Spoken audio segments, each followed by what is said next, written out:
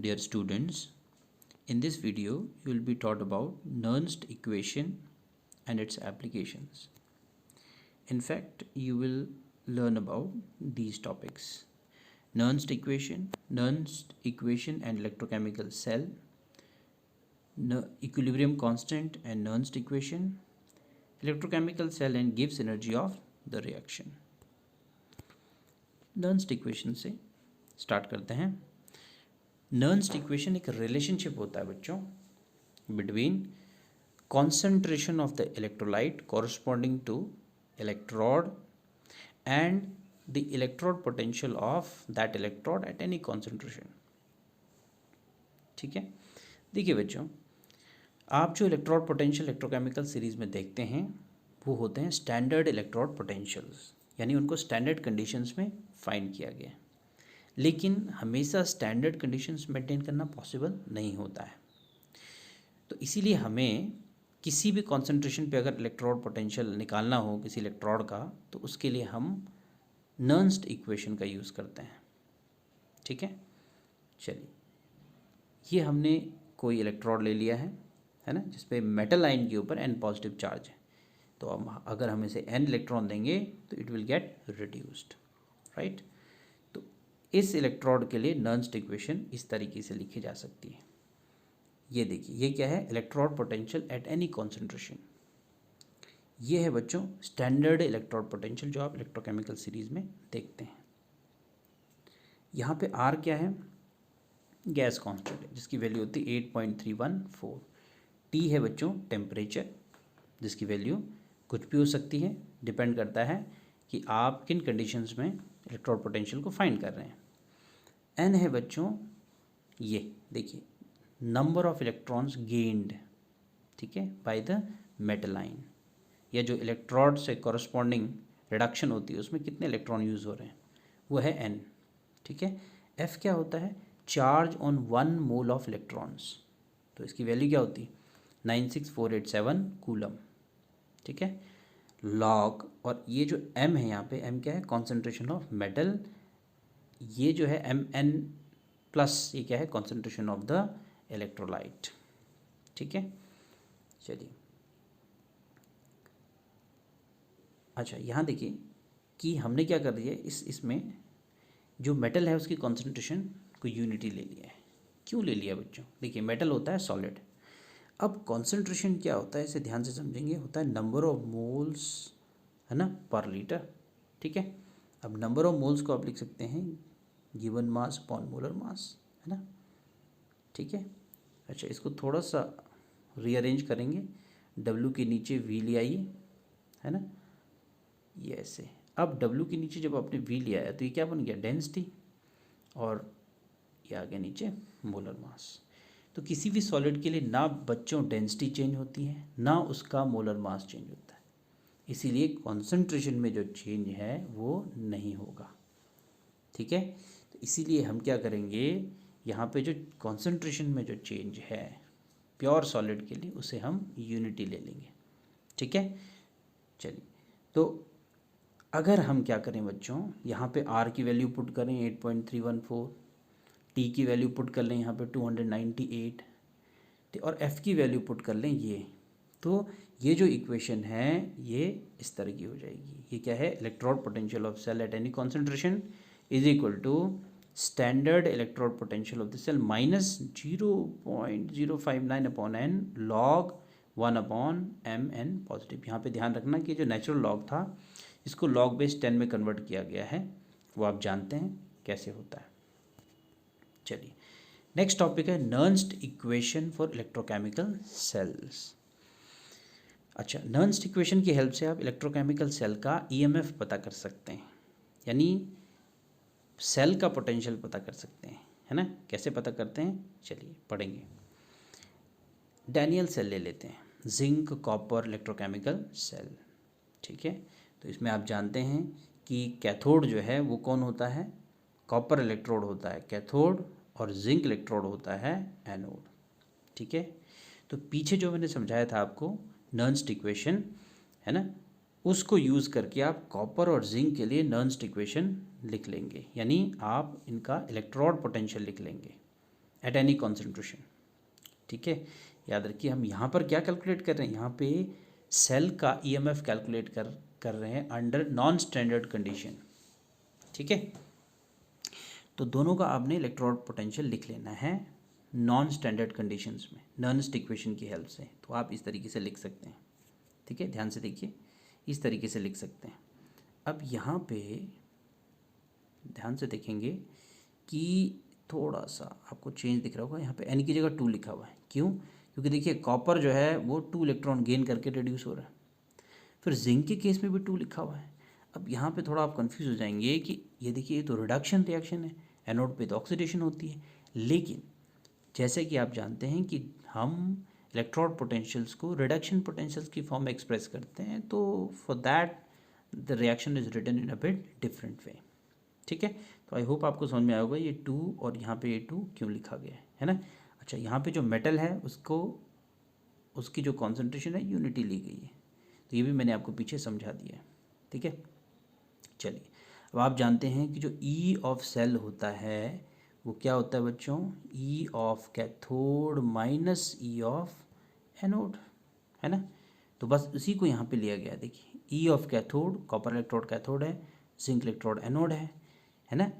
तो ऊपर जो आपकी नर्न्स्ट इक्वेशंस हैं इलेक्ट्रोड्स के लिए, कॉपर के लिए और जिंक के लिए, उन्हें पुट कर दीजिए। देखिए कॉपर के लिए है, ये जिंक के लिए। यहाँ पे स्टैंडर्ड इलेक्ट्रोड पोटेंशियल्स को एक साइड ले लीजिए यहाँ पे, और जो बचे हुए पार्ट हैं ये और ये, इनको एक साइड ले आइए। इन दोनों में से माइनस कॉमन निकाल लीजिए। ठीक है, जो माइनस बाहर निकालेंगे तो आपको कुछ इस तरह का एक्सप्रेशन बन जाएगा। और ये देखिए अब ये फिर E not of copper electrode minus E not of zinc electrode, ये भी क्या बन गया है, E of cathode minus E of anode under standard conditions, इसलिए ये बन जाएगा ई नॉट ऑफ सेल। ठीक है, तो जो ई ऑफ सेल है यानी ईएमएफ ऑफ सेल है अंडर नॉन स्टैंडर्ड कंडीशन, वो किसके बराबर हो जाएगा, is equal to E not of cell, मतलब EMF of cell under standard condition minus, अब इसको थोड़ा सिंप्लीफाई करके ये लिखा जाएगा आर टी अपॉन 2F, है ना, natural log zinc two positive upon copper two positive. अब ये कैसे बना है, यहाँ पे लॉग का रूल यूज़ किया गया है। याद रखना लॉग का एक रूल क्या होता है, लॉग m माइनस n, है ना, log m minus log n, तो हो जाता है log m upon n, log m upon n, तो उसी को यहाँ पे यूज़ किया गया। ठीक है, अच्छा अगर आप यहाँ पे r की वैल्यू, t की वैल्यू, f की वैल्यू, सब की वैल्यू पुट करेंगे बच्चों, तो आपको ये एक्सप्रेशन मिल जाएगा। तो E of cell is equal to E not of cell minus 0.059 upon 2 log base 10 zinc two positive, है ना, concentration of zinc two positive upon concentration of copper two positive. ठीक है, चलिए आगे देखेंगे। नेक्स्ट, अगर हम एक और इलेक्ट्रोकेमिकल सेल लें तो इसकी इक्वेशन हम इस तरीके से लिख सकते हैं। अब यहाँ पर देखिए निकल क्या हो रहा है, ऑक्सीडाइज, सिल्वर क्या हो रहा है, रिड्यूस, है ना।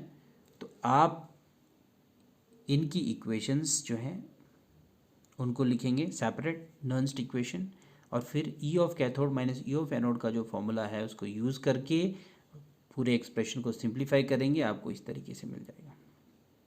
ठीक है, आप इसको लिख सकते हैं इजीली, राइट। अब देखिए यहाँ पे पीछे चलेंगे, यहाँ पे जिंक टू पॉजिटिव और कॉपर टू पॉजिटिव, देखिए ये जो चीज़ें जब आप इनकी इक्वेशंस केमिकल इक्वेशन देखते हैं तो उस केमिकल इक्वेशन में आपको दिखेगा कि जो जिंक है वो ऑक्सीडाइज हो रहा है। तो जिंक ऑक्सीडाइज होके क्या, जिंक जो है वो ऑक्सीडाइज होकर क्या बनता है, जिंक 2 पॉजिटिव बनता है ना। और यहाँ पर जो है कॉपर 2 पॉजिटिव था वो वहाँ क्या बन गया, कॉपर हो गया, यानी कॉपर की रिडक्शन होती। तो ये और ये इन दोनों की कॉन्सेंट्रेशन ये आप लिख रहे हैं, इन दोनों की कॉन्सेंट्रेशन को आपने क्या कर लिया, यूनिटी कंसिडर कर लिया। तो यानी ये क्या है, प्रोडक्ट, और ये क्या है, रिएक्टेंट। तो यानी प्रोडक्ट ऊपर है और रिएक्टेंट नीचे है, यानी प्रोडक्ट्स में जो आयन था वो ऊपर है और रिएक्टेंट में जो आयन था वो नीचे है। इसी को आप आगे यूज़ करेंगे निकल वाले में। तो जो देखिए प्रोडक्ट में जो आयन है वो ऊपर है यहाँ पे, और जो रिएक्टेंट में आयन है वो क्या है, नीचे है एक्सप्रेशन में, इसको ध्यान दें। ऐसे ही क्या होता है अगर हमारे पास कोई ऐसी रिएक्शन है इलेक्ट्रोकेमिकल सेल के अंदर, तो आप उसके लिए इलेक्ट्रोड पोटेंशियल नर्न्स इक्वेशन जो है उसकी हेल्प से लिखेंगे। फिर पूरे जो जैसे हमने पीछे किया था, ई of cathode minus E of anode लगाएंगे और फिर आपको एक उसके लिए ई ऑफ सेल मिलेगा, राइट। लेकिन आप उसको इस तरीके से भी याद रख सकते हैं, सिंपली जनरल वे में, E of cell is equal to E not of cell minus R T N F. अब ये जो लॉ क्यू है, क्यू क्या होता है, कॉन्सेंट्रेशन कोशिएंट, अब वो आपने 11th में पढ़ा है ना। ये क्या है, the product of the concentration of the products, right, raise to power their stoichiometric coefficient upon the product of the concentration of reactants with each term raise to power their respective stoichiometric coefficient, ये ठीक है। और R T और n F सब की value put करेंगे तो आपको ये एक्सप्रेशन मिल जाएगा यहाँ पे। ओके, चलिए आगे चलते हैं। Equilibrium constant from Nernst equation. Nernst equation से आप इक्विलिब्रियम कांस्टेंट भी निकाल सकते हैं। देखिए, जो इलेक्ट्रोकेमिकल सेल होते हैं बच्चों, उनके अंदर रिडॉक्स रिएक्शन होती है और उस रिएक्शन में भी इक्विलिब्रियम हो सकता है। तो ऐसी रिएक्शन के साथ एसोसिएटेड इक्विलिब्रियम को आप नर्न्स इक्वेशन की हेल्प से निकाल सकते हैं, ठीक है। चलिए डैनियल सेल ले लेते हैं, ठीक है। इसकी हेल्प से समझते हैं कि इक्विलिब्रियम कांस्टेंट जो है उसको हम नर्न्स इक्वेशन से कैसे डिराइव करेंगे, या यहाँ पे हम एक्चुअली कर क्या रहे हैं, हम एक रिलेशनशिप डिड्यूस करने की कोशिश कर रहे हैं between electrode potential of the cell and equilibrium constant of the redox reaction taking place in the cell. चलिए अब देखेंगे यहाँ पे क्या होता है बच्चों। हम ले लेते हैं डैनियल सेल, है ना, जिंक कॉपर इलेक्ट्रोकेमिकल सेल। अब इस कंपार्टमेंट में क्या होता है, आपको पीछे बताया था एक वीडियो में कि यहाँ पे जिंक टू पॉजिटिव आयन जो है वो सॉल्यूशन में जा रहे हैं और उनकी कॉन्सेंट्रेशन बढ़ती है। यहाँ पे कॉपर टू पॉजिटिव आयन की कॉन्सेंट्रेशन कम होती है क्योंकि वो रिड्यूस हो रहे हैं, है ना। कॉपर रिड्यूस हो रहा है, ठीक है, जिंक ऑक्सीडाइज हो रहा है। नो डाउट यहाँ पे सॉल्ट ब्रिज है ना, लेकिन कुछ ना कुछ जिंक टू पॉजिटिव की आयन कॉन्सेंट्रेशन बढ़ती रहेगी इस कंपार्टमेंट में, और वहाँ कॉपर टू पॉजिटिव आयन की कॉन्सेंट्रेशन कम होती ही रहेगी, ठीक है। क्योंकि देखिए वहाँ पे नो डाउट न्यूट्रलाइजेशन हो रही है, लेकिन सल्फेट जो है उसको न्यूट्रलाइज कर रहा है के उधर, लेकिन कॉपर तो कम ही हो रहे हैं, है ना। और यहाँ पे भी जिंक को न्यूट्रलाइज हो रहा है, नो डाउट जिंक क्लोराइड बनेगा, क्लोरीन न्यूट्रलाइज कर रहा है, लेकिन है ना यहाँ पे क्या हो रहा है, जिंक टू पॉजिटिव की आयन कॉन्सेंट्रेशन जो है किसी न किसी तरह से बढ़ ही रही है ना। 100% न्यूट्रलाइजेशन पॉसिबल नहीं। तो होता क्या है कि कॉपर टू पॉजिटिव की आयन की कॉन्सेंट्रेशन जब घटती है तो क्या होगा, जो ये इलेक्ट्रोड है, ठीक है, ये जो इलेक्ट्रोड है इसका जो इलेक्ट्रोड पोटेंशियल है वो होगा बच्चों कम, आप देख सकते हैं कम हो रहा है। और यहाँ पे जिंक टू पॉजिटिव आयन की कॉन्सेंट्रेशन बढ़ने से क्या होगा कि इस इलेक्ट्रोड का इलेक्ट्रोड पोटेंशियल जो कि रिडक्शन पोटेंशियल है वो इंक्रीज होगा, इसका रिडक्शन पोटेंशियल डिक्रीज होगा, इसका रिडक्शन पोटेंशियल इंक्रीज होगा। जैसे कि आप देख रहे हैं ग्राफिकली, ग्राफ है रिडक्शन पोटेंशियल और प्रोग्रेस ऑफ रिएक्शन में। तो with the passage of time इसका इलेक्ट्रोड पोटेंशियल डिक्रीज होगा, रिडक्शन पोटेंशियल, और इसका रिडक्शन पोटेंशियल इंक्रीज होगा, ठीक है। एक टाइम ऐसा आएगा जब दोनों के रिडक्शन पोटेंशियल्स बराबर हो जाएंगे, क्योंकि बिगिनिंग में क्या था, इसका रिडक्शन पोटेंशियल था कम, इसका रिडक्शन पोटेंशियल था ज़्यादा। अब दोनों के जब बराबर हो गए तो सेल वर्क करना बंद कर देगा, यानी इलेक्ट्रोकेमिकल रिएक्शन जो अंदर हो रही है वो बंद हो जाएगी। हम कहेंगे कि इस इलेक्ट्रोकेमिकल रिएक्शन में क्या है, इक्विलिब्रियम आ गया है, ठीक है। तो इक्विलिब्रियम के बाद सेल काम करना बंद कर देगा। इसका मतलब इक्विलिब्रियम जब होता है सेल के अंदर तो उसका जो ईएमएफ होता है वो क्या होगा, ज़ीरो होगा। इसी कंसेप्ट को आगे लेके चलेंगे, ठीक है। ये देखिए हमने ईएमएफ जो है, ई ऑफ सेल को ज़ीरो मान लिया है, ठीक है। तो इस सेल के लिए, इलेक्ट्रोकेमिकल सेल के लिए ईएमएफ जो है नर्न्स इक्वेशन की हेल्प से हम इस तरीके से लिख सकते हैं अंडर नॉन स्टैंडर्ड कंडीशंस, ठीक है। जब ई ऑफ सेल जीरो हो गया तो देखिए इसको आप कैसे लिख सकते हैं, ई नॉट ऑफ सेल को इधर ले आइए, ये आपके पास इस तरह का एक्सप्रेशन बन जाएगा, है ना। यहाँ पे आपने सब आर टी एफ सब की वैल्यू पुट की हुई और एन आपको पता है 2 है यहाँ पे, राइट। अच्छा इक्विलिब्रियम है ना, तो उस पर ये जो रेशो होती है, इनफैक्ट जो क्यू होता है कॉन्सेंट्रेशन कोशिएंट होता है, वो इक्विलिब्रियम कांस्टेंट के सी के बराबर होता है। तो आप यहाँ पे जिंक टू पॉजिटिव आयन की concentration upon copper two positive ion concentration, इसको के सी लिख सकते हैं, ठीक है। यानी एक्चुअली है क्या, इक्विलिब्रियम है, तो उस पर जो रिएक्टेंट्स जो प्रोडक्ट्स और रिएक्टेंट्स की जो कॉन्सेंट्रेशन की जो रेशियो है that is equal to equilibrium constant K c. तो इसलिए आप इसको के सी से रिप्लेस करते हैं, है ना। तो आपको पता है इस सेल के लिए इलेक्ट्रोड पोटेंशियल होता है 110, जिसको आप इस तरीके से निकाल सकते हैं, ठीक है। तो यहाँ पर इसको और सिंप्लीफाई करेंगे तो आप के सी निकाल सकते हैं, है ना। सारी वैल्यूज़ पुट करके आप यहाँ पर के सी निकाल सकते हैं एंटी लॉग वगैरह लेकर, लेकिन हमें एक जनरल एक्सप्रेशन चाहिए, ठीक है। तो एक जनरल एक्सप्रेशन कैसे लिख सकते हैं आप, सिंपली ये एक जनरल एक्सप्रेशन है, E not of cell is equal to 2.303 R T N F log K C. ये कैसे आया, ये यही एक्सप्रेशन है, ये वाला, ये देखिए ये वाला एक्सप्रेशन। यहाँ पर हमने 0.059 क्यों लिया, क्योंकि हमने सबकी वैल्यू पुट कर दी थी, आर की, टी की, एफ की। अगर हम वैल्यू ना पुट करें तो ई नॉट ऑफ सेल जो है वो इस तरीके से आप एक्सप्रेस कर सकते हैं, ठीक है। तो ये एक रिलेशनशिप है between E naught standard electrode potential of the cell और इक्विलिब्रियम कांस्टेंट में, ठीक है, राइट। चलिए आगे देखेंगे। तो यहाँ पर आपने एक रिलेशनशिप जो देखा है, इसकी हेल्प से आप न्यूमेरिकल्स भी निकाल सकते हैं। नेक्स्ट देखेंगे इलेक्ट्रोकेमिकल सेल एंड गिव्स एनर्जी ऑफ द रिएक्शन। देखिए बच्चों, कोई भी इलेक्ट्रोकेमिकल सेल है, जैसे ये इलेक्ट्रोकेमिकल सेल है, तो इसको इलेक्ट्रॉन को आउटर सर्किट में भेजने के लिए या फिर मूव करने के लिए पूरे सर्किट में वर्क करना पड़ता है। और जो वर्क ये करता है, ये कौन सा वर्क होता है, इलेक्ट्रिकल वर्क होता है, ठीक है। तो देखिए जो इलेक्ट्रिकल वर्क होगा वो कितना होगा, जो सेल इलेक्ट्रिकल वर्क करेगा।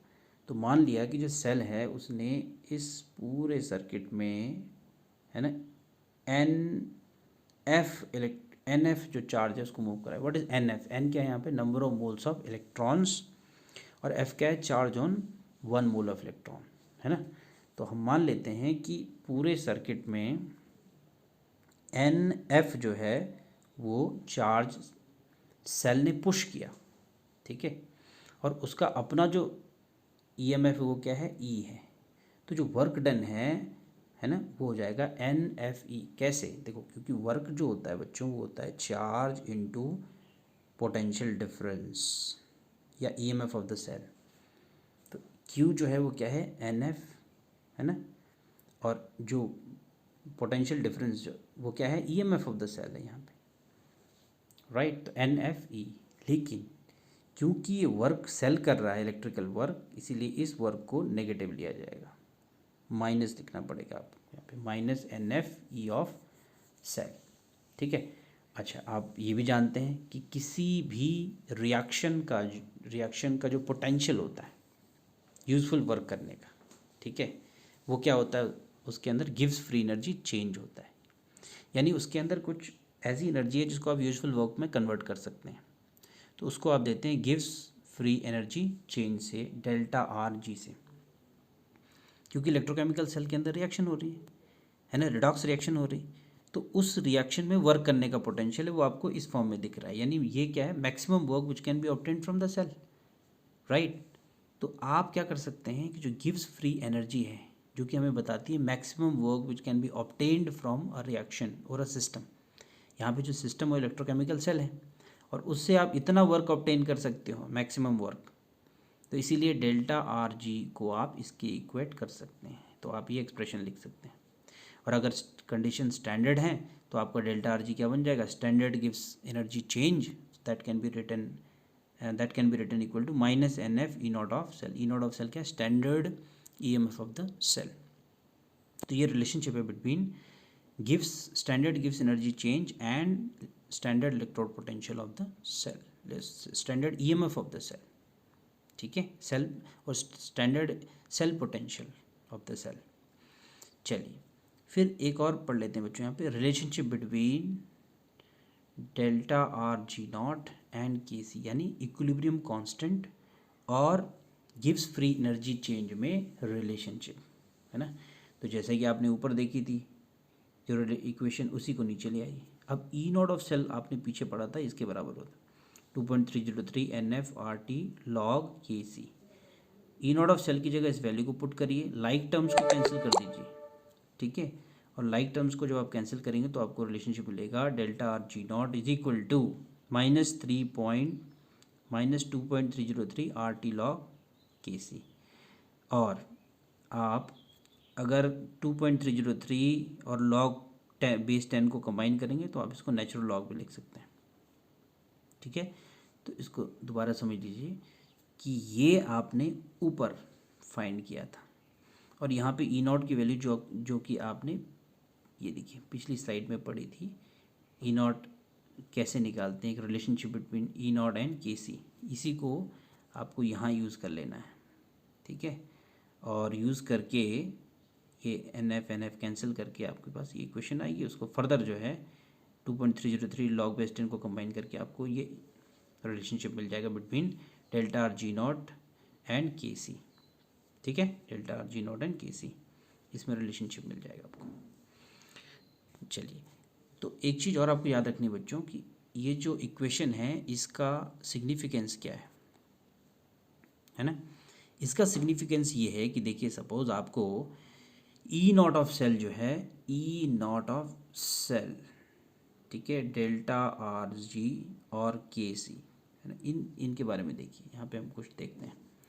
तो अगर आपके पास ये पॉजिटिव आता है, ई ऑफ सेल पॉजिटिव है, जब ई ऑफ सेल पॉजिटिव होगा तो आप ध्यान से देखेंगे इस यहाँ पे जो है नीचे इसमें देखिए, जब ई ऑफ सेल पॉजिटिव होगा तो आपका डेल्टा आर जी क्या आएगा, नेगेटिव आएगा, है ना। डेल्टा आर जी जो है ये आएगा नेगेटिव, यानी जो अंदर रिएक्शन होगी सेल के अंदर वो फिजिबल है, वो हो सकती है ना। और अगर आप इसको यहाँ ले आएंगे कि जब डेल्टा आर जी नेगेटिव होगा तो इस एक्सप्रेशन में अगर केसी की वैल्यू कैलकुलेट करेंगे बच्चों आपको, तो that will be greater than 1। और जब केसी की वैल्यू रिएक्शन में 1 से बड़ी होती है तो हमेशा प्रोडक्ट फॉर्मेशन फेवर होती है, यानी रिएक्शन होगी, है ना। चलिए अब आगे देखेंगे। नेक्स्ट, अगर ई नॉट ऑफ सेल की वैल्यू 0 है तो इस इक्वेशन से आप अगर ध्यान से देखेंगे तो अगर ई नॉट ऑफ वैल्यू 0 है तो डेल्टा आर जी भी 0 हो जाएगा, है ना। अगर ये 0 तो ये 0 हो जाएगा। और उस कंडीशन में इस इक्वेशन को यूज़ करोगे तो आपको जो के है इज इक्वल टू 1 आएगा। इसका मतलब ये है कि reactants and products are equally favoured, यानी यहाँ पर इक्विलिब्रियम की कंडीशन है ना। फिर नेक्स्ट क्या है, अगर इसी में एक और ले लेते हैं कि अगर जो ई नॉट ऑफ सेल है वो नेगेटिव है जी, वो पॉजिटिव नहीं है, तो आपका ये जो इक्वेशन जो नीचे है यहाँ पे, इस इक्वेशन की हेल्प से अगर ये नेगेटिव है तो डेल्टा आर जी क्या हो जाएगा, यहाँ पे ये होगा लेस देन 1, ये हो जाएगा, सॉरी ये हो जाएगा बच्चों पॉजिटिव, ठीक है। और जो के है इस इक्वेशन से आप कैलकुलेट करेंगे that will be less than 1। तो अगर आपके पास ई ऑफ सेल नेगेटिव है, यानी सेल का ईएमएफ नेगेटिव है, तो जो आपका डेल्टा आर जी नॉट मिलेगा वो पॉजिटिव मिलेगा। और आपको पता है कि जब भी delta r G not positive होता है तो रिएक्शन फिजिबल नहीं होती। सिमिलरली के जो है वो क्या है, लेस देन 1 है, तो इसका मतलब रिएक्टेंट्स ज़्यादा फेवर होंगे, यानी रिएक्टेंट ज़्यादा होंगे उस कंडीशन में, यानी रिएक्शन फेवर नहीं कर रही है ना, फॉरवर्ड डायरेक्शन में नहीं है रिएक्शन जो है बिगनिंग में ही स्टॉप हो गई है। इलेक्ट्रोकेमिकल सेल की जो अंदर की रिएक्शन है वो बहुत ज़्यादा प्रोसीड नहीं करी और वो फिजिबल भी नहीं है।